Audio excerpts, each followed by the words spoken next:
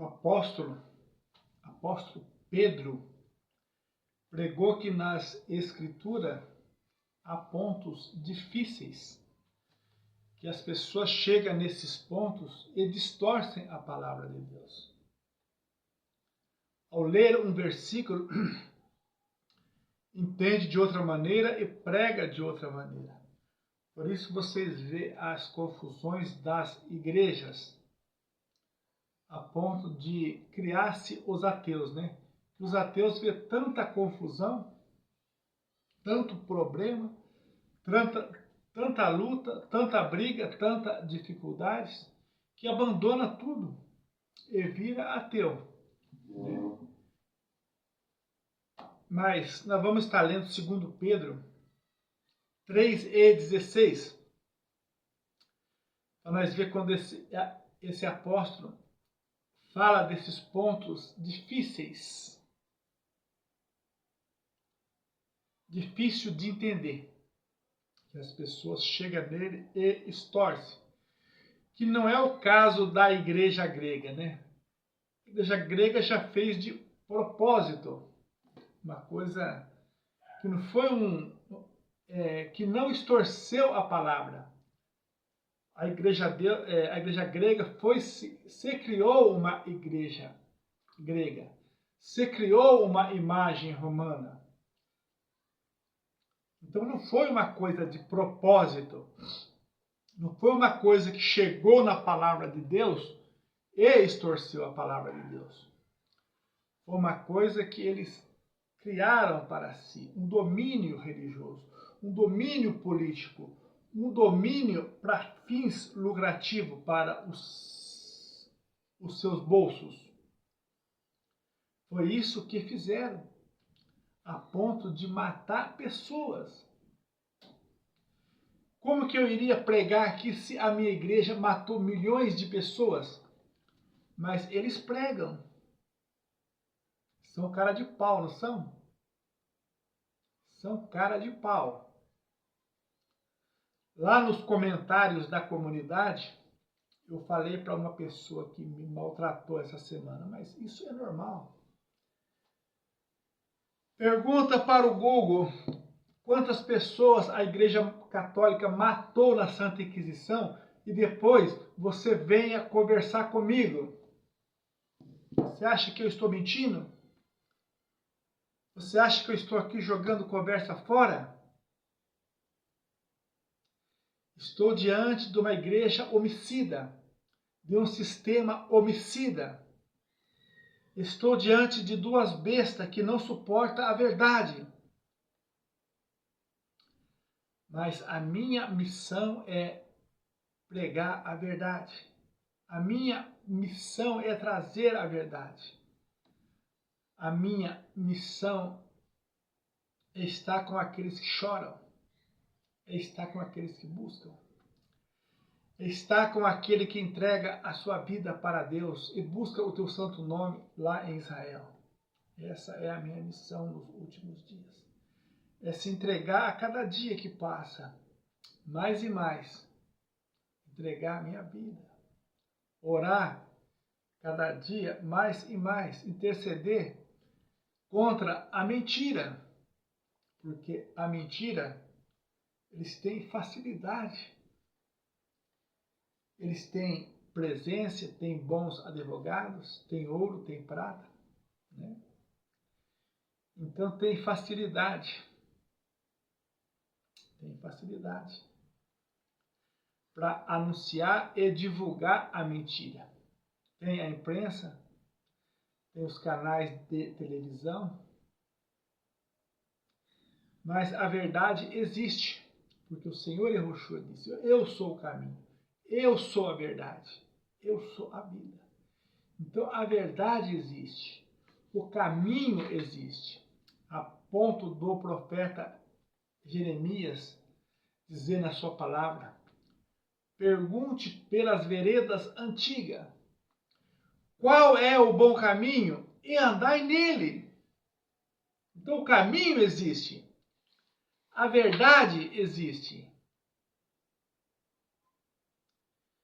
Então, voltando a falar a falar daquele vídeo, né? Aquele Espírito do Criador que derrama, que é o Espírito de graça e súplica, que faz Israel abrir os olhos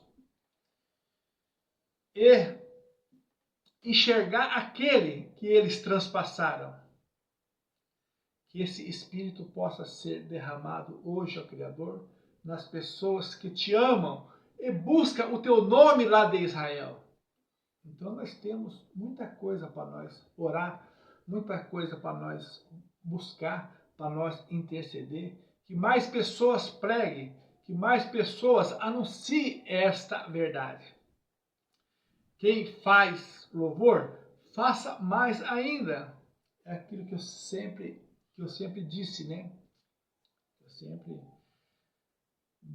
O Criador te deu um louvor, você está dentro do carro, já anda com um caderninho na mão, para o carro, né?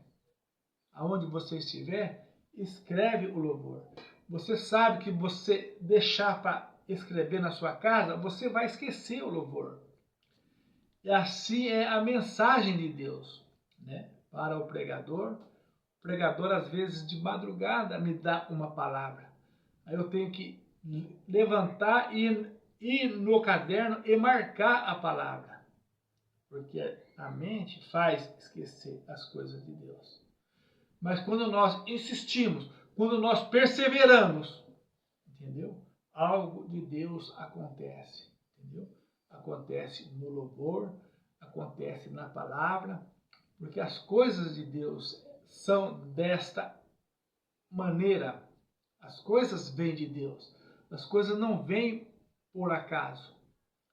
Nós não temos, como se diz, um estudo para pregar a mentira. Não. Nós acreditamos no Deus que fez os céus e a terra. O Deus de Israel, que nos capacita, que nos chamou, não só chamou, mas nos capacita para esses últimos dias. Seja você grande, seja você pequeno, seja homem, seja mulher, seja ancião, teve um chamado desse Deus, você pode crer, Ele irá te capacitar para esses últimos dias. Os dias está ruim, está difícil, a ponto desse versículo aqui que nós vamos ler, que pessoas que distorcem a palavra. Pessoa lê e entende de outra maneira, não entende o plano do Criador. Não entende. E prega de outras maneiras. Vamos estar lendo aqui 3:16 de 2 Pedro. Ó. Falando disso, como em todas as suas epístolas, entre as quais há pontos difíceis de entender, que os indoutos e inconstantes torce e igualmente a outras escrituras para a sua própria perdição. Se torce para a sua própria perdição. Você tem dificuldade de enxergar o único Deus? Em Apocalipse está escrito o próprio Criador falando: aconselho que de mim compre colírio para que veja. Que colírio será esse que faz enxergar, que faz acreditar, que faz entrar pela porta? Estão ouvindo? Você tem dificuldade de enxergar o único Deus? O diabo não teve essa dificuldade. Porque o diabo sabe. O diabo sabe melhor do que qualquer um de nós. Mas ele não tem Espírito do Criador. Ele não tem a perseverança. Ele não tem o amor. Ele não tem.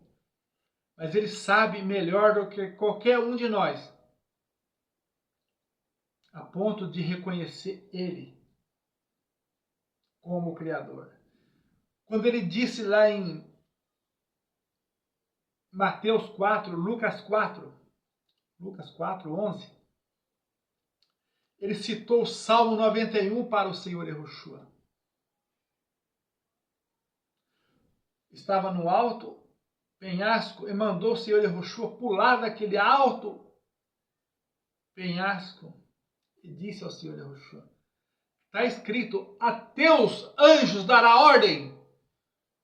Vocês acham que ele reconheceu o Senhor Yahushua como único Deus ali? Ou não? Quem que tem anjo? É o Criador. É o Criador que tem anjos. É o Criador que João disse lá em João 1,10, né? Ele estava no mundo, ele fez o mundo e o mundo não conheceu ele. Isso não dói o coração de vocês? Aquele que fez o mundo, estava no mundo, mas nós podemos pregar, né? Fez o mundo, está no mundo, porque ele disse, estarei convosco todos os dias até a consumação do século.